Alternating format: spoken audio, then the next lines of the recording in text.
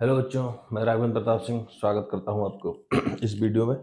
देखिए, एक class 10th का है चैप्टर द्विघात समीकरण, चैप्टर 4th है द्विघात समीकरण। ठीक है, तो आइए जानते हैं द्विघात समीकरण किसे कहते हैं।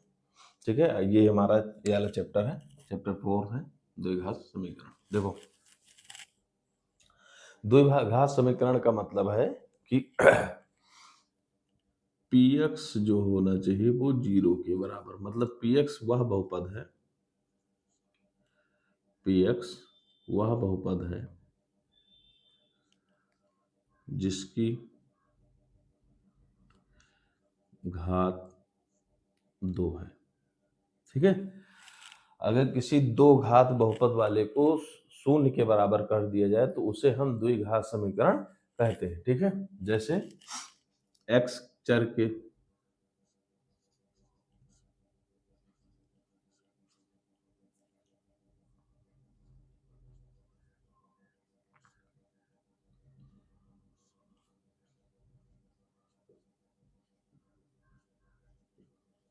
ठीक है, जहां a b c ये क्या है, वास्तविक संख्या हो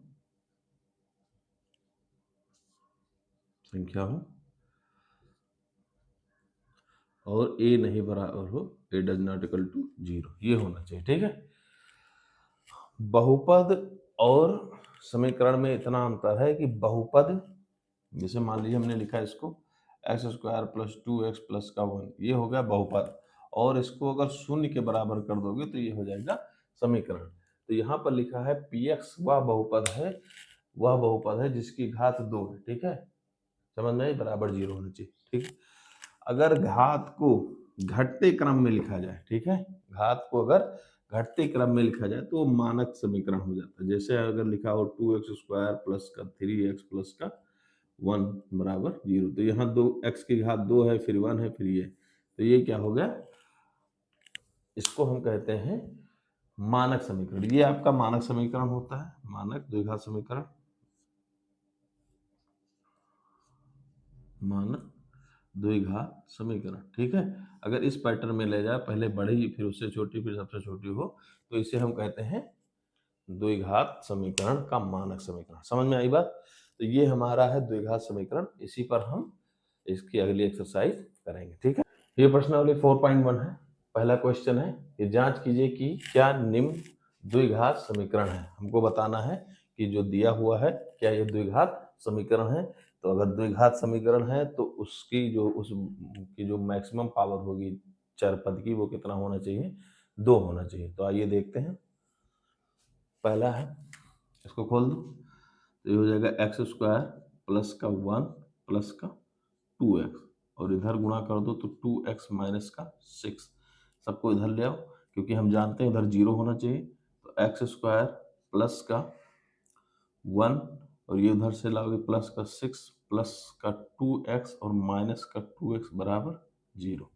2x से 2x कट गया, एक्स स्क्वायर प्लस का 1 बराबर 0। ठीक है, तो ये क्या है, द्विघात समीकरण है। हाँ बिल्कुल है, क्योंकि यहाँ पर चर पद की जो मैक्सिमम पावर हो कितनी है, 2, तो ये द्विघात समीकरण है।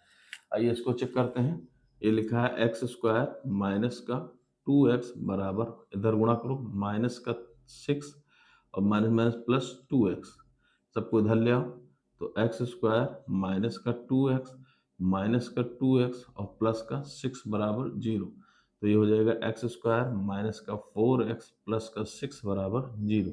यहाँ भी जो चर पद की मैक्सिमम पावर है वो 2 है, इसीलिए ये भी क्या है, द्विघात समीकरण है। यहाँ देखिए, यहाँ गुणा करो तो एक्स स्क्वायर प्लस का x माइनस का 2x माइनस का 2 बराबर, इनका इधर से गुणा करो तो एक्स स्क्वायर प्लस का 3x माइनस का x और माइनस का 3। फिलहाल ये एक्स स्क्वायर से एक्स स्क्वायर काट दो, चाहे इधर लाकर काटिए चाहे उधर लाकर काटो। चलो इधर लाकर भी देख लो, एक्स स्क्वायर, और इधर भी कर लो। तो इधर लाओगे तो एक्स स्क्वायर माइनस का एक्स स्क्वायर प्लस का एक्स माइनस का 2x माइनस का 3x और माइनस का प्लस का x माइनस का 2 और माइनस का 3 बराबर 0। एक्स स्क्वायर से एक्स स्क्वायर कट जाएगा, तो जब यहाँ पर चर पद की मैक्सिमम पावर 1 है, ये है ही नहीं है, तो ये क्या हो जाएगा, ये द्विघात समीकरण नहीं होगा, ठीक है, नहीं। यहाँ भी मल्टीप्लाई करिए तो ये हो जाएगा 2x² प्लस का x माइनस का 6x और माइनस का 3 बराबर x² प्लस का 5x।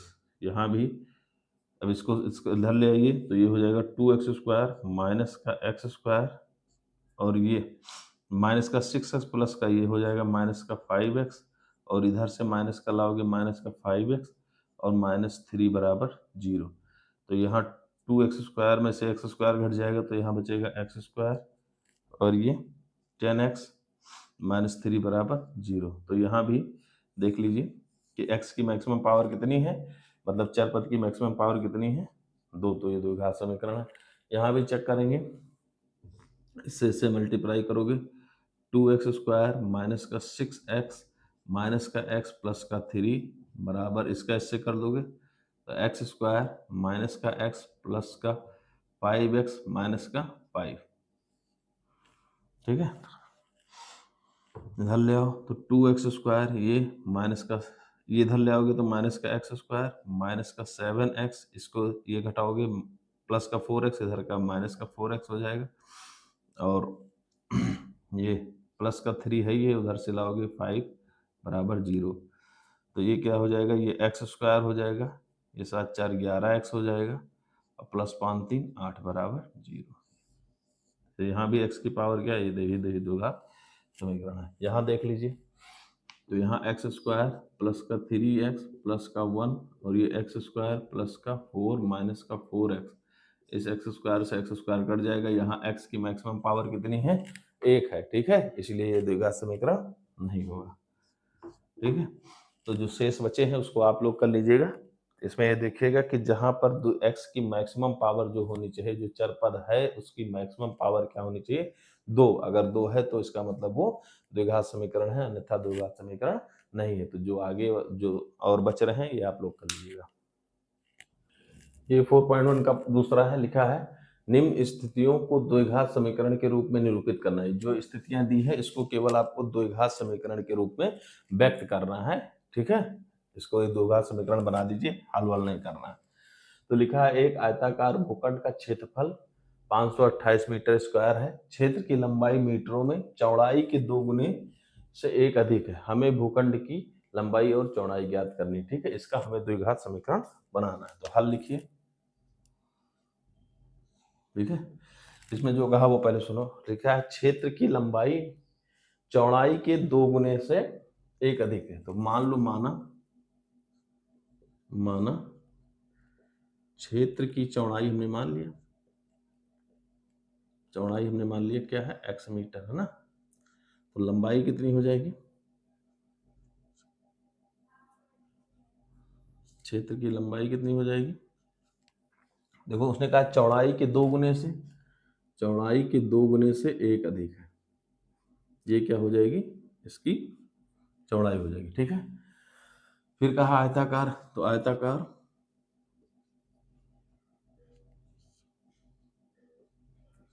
क्षेत्र, आयताकार क्षेत्र का क्षेत्रफल,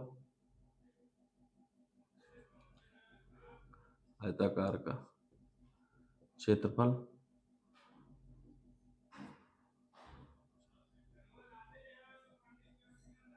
क्षेत्रफल क्या होता है, लंबाई और गुणे चौड़ाई। तो क्षेत्रफल यहाँ कितना है 528 ये दिया है और लंबाई कितनी है 2x प्लस का 1 और चौड़ाई कितनी दी है x।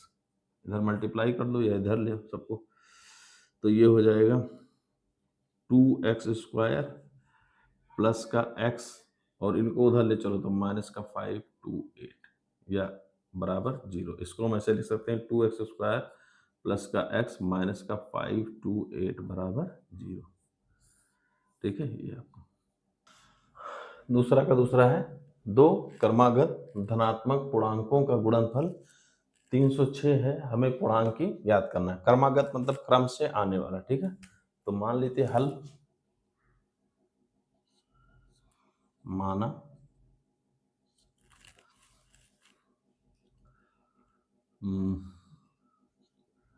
कर्मागत 2 कर्मागत धन पूर्णांक। एक हमने मान लिया x और दूसरा हो गया x+1। ठीक है, दोनों क्रम से आ रहा है तो छोटा वाला ये, बड़ा वाला ये। ठीक है, तो इनका गुणनफल प्रश्नानुसार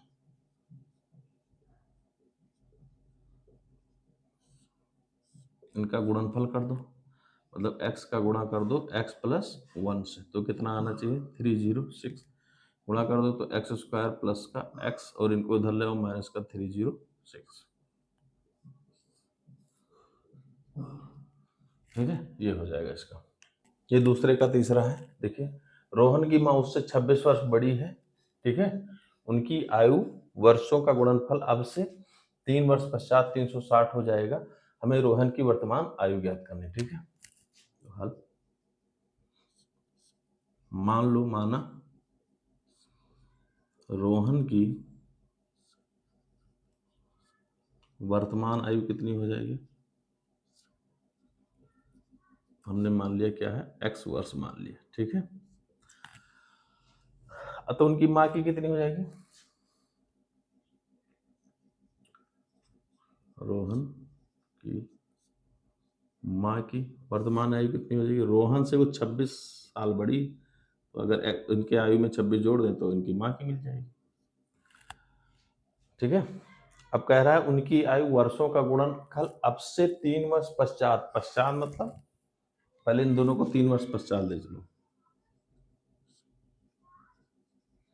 जब 3 वर्ष पश्चात ले जाओगे तो ये रोहन की आयु हो गई और ये इनकी माँ की आयु हो गई। ठीक है, जब 3 वर्ष पश्चात तो 3 इसमें जोड़ दो और 3 इधर जोड़ दो। ठीक है, अब कह रहा है 3 वर्ष पश्चात इनके गुणनफल जो हो जाए, इनको गुणा करने पर कितना आएगा 360। तो ये हो जाएगा x+3 और ये हो जाएगा x+29 बराबर 360। मल्टीप्लाई कर दो तो ये हो जाएगा x² प्लस का 29x प्लस का 3x प्लस का गुणा कर दो 9 त्रिक 27 और 3 दूनी 6 और 2 8 360। ठीक है, इधर ले आओ इनको तो x² प्लस का 29x 20 इसमें जोड़ दो, ये हो जाएगा 32x और ये प्लस का 87 और माइनस का 360 बराबर 0।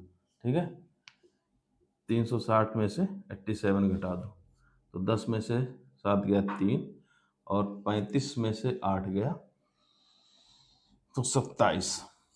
ठीक है, 35 में से 5 ऊपर और 3 इधर। ठीक है, तो ये कितना हो जाएगा x² प्लस का 32x और माइनस का 273 बराबर 0। ये क्या हो जाएगा, इसका आंसर हो जाएगा। ठीक है, ये जहां x क्या है, x रोहन की वर्तमान आयु है। समझ आएगा, ये आपका क्या होगा दूसरे का तीसरा। देखिए दूसरे का चौथा है कि एक रेलगाड़ी 480 किलोमीटर की दूरी समान चाल से तय करती है। ठीक है, यदि इसकी चाल 8 किलोमीटर प्रति घंटा कम होती तो वह उसी दूरी को तय करने में 3 घंटे अधिक लेती। हमें रेलगाड़ी की चाल ज्ञात करनी। ठीक है, तो यहां मान लेते हैं हल, यहां मान लेते हैं माना